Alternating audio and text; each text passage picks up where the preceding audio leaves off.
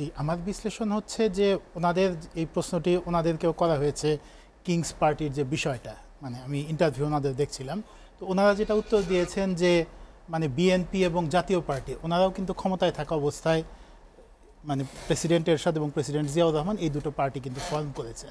কোটি কোটি মানুষের ভালোবাসায় fridge, TV এবং এসিতে দেশের ১ নম্বর ব্র্যান্ড ওয়ালটন।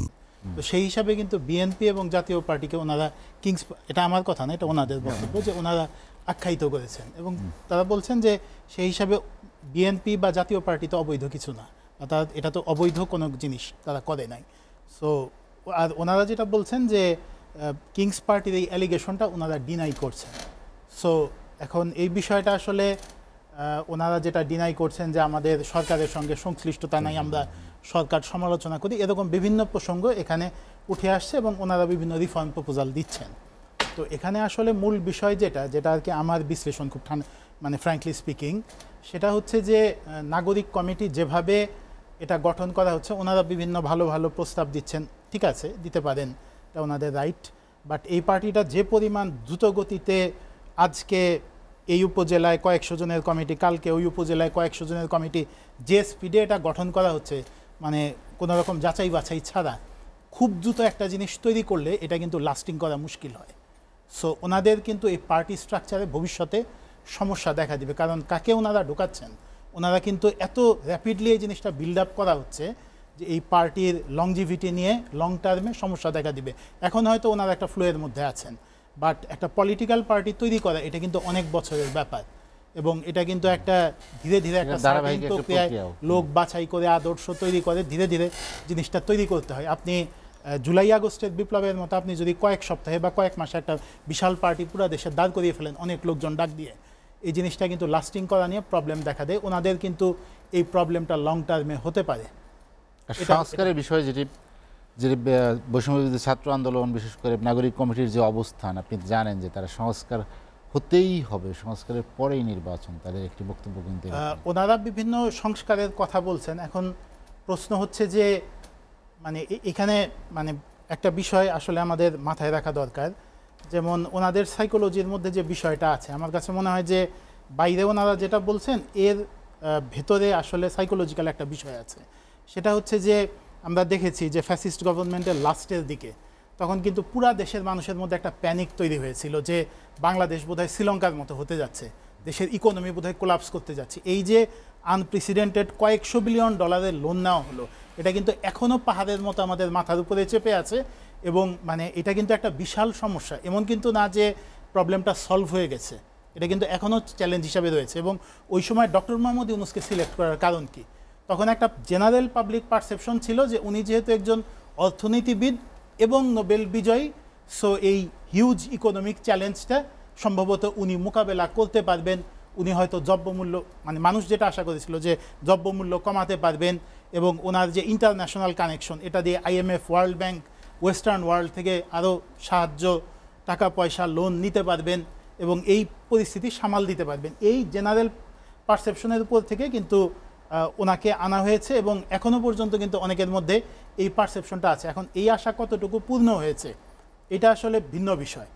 এখন আমার কাছে যেটা মনে হয়, যেটা আমার মানে হাম্বল সাজেশন, এক্ষেত্রে এই যে পাবলিক পারসেপশন এবং যে ধারণা, এটা কাউন্টার করার জন্য আমি যদি বিএনপির লিডারশিপে থাকতাম বা লিডিং অথরিটি হতাম, আমি এটা কাউন্টার করার জন্য যে সলিউশনটা দিতাম সেটা হচ্ছে যে আমি একটা ইকোনমিক রিফর্ম প্রপোজাল দিতাম, যে আমি বিএনপি, আমি পাওয়ারে আসলে এই যে কয়েকশো বিলিয়ন ডলারের লোন এবং এই যে একটা ইমিনেন্ট কোলাপসের একটা আশঙ্কা, এটাকে পার্টি হিসাবে আমি বিএনপি অথবা আমি জাতীয় পার্টি, আমি এটাকে কিভাবে সলভ করব, এটার একটা ইকোনমিক রিফর্ম প্রপোজাল আমি কিন্তু দিতাম। কারণ 31 দফা, যেটা 31 দফা আমি পুরাটা পড়েছি অনেকবার, আমি এটা আন্ডারলাইন করেছি, আমি অ্যানালাইসিস করেছি, আলাপ করেছি।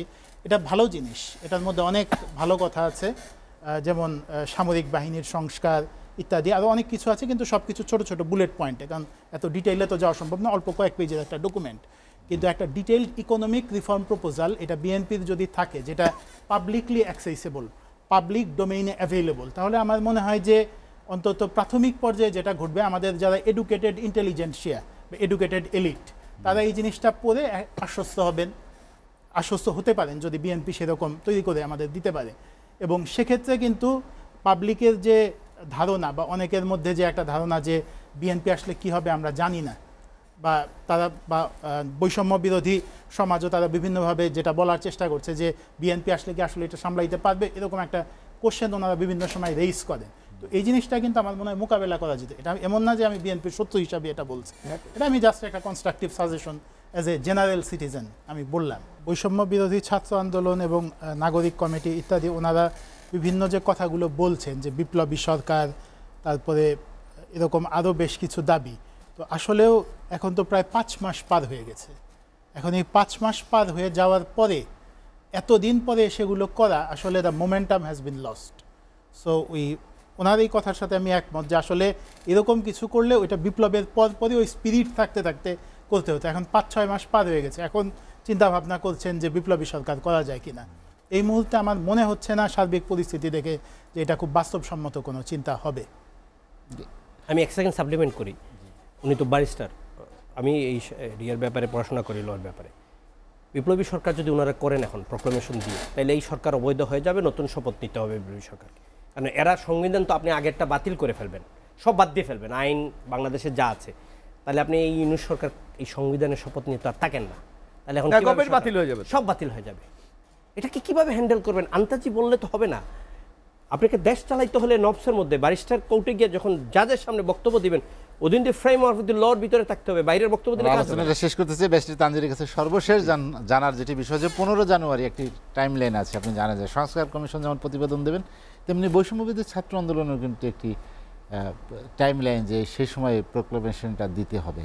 প্রোক্লামেশন অফ রেভলিউশন ওনারা যদি দিতে চান যে মানে 2024 সালে একটা মানে আপরাইজিং হয়েছিল বা রেভলিউশন হয়েছিল, প্রোক্লামেশন ওনারা দিতে পারেন, কিন্তু কথা হচ্ছে যে এটার আসলে স্কোপ কি হবে, মানে এইটা হচ্ছে প্রশ্ন। এখন মানে আমার কাছে যেটা মানে মনে হচ্ছে যে উপদেষ্টা পরিষদে যারা আছেন ওনারা কি আসলে ওই পরিমাণ রেভলিউশনারি নেচারের, এটা আমার কাছে অন্তত মনে হয় না যে মানে প্রোক্লামেশন দিয়ে ওনারা সব কিছু উল্টে আবার নতুন করে শুরু করবার মতো যে বিপ্লবী স্পিরিট সেটা উপদেষ্টা সেটা হবে পরিষদ নাকি শুধুমাত্র ডিক্লারেশন হতে পারে কি? এটা আমার কাছে মনে হচ্ছে যে উপদেষ্টা পরিষদের যে পরিস্থিতি বা ওনাদের যে মানসিকতা, এটা জাস্ট একটা ডিক্লারেশন হবে, কারণ ওনাদের মধ্যে ওই রকম কোনো প্রস্তুতি এখন পর্যন্ত লক্ষ্য করা যাচ্ছে না।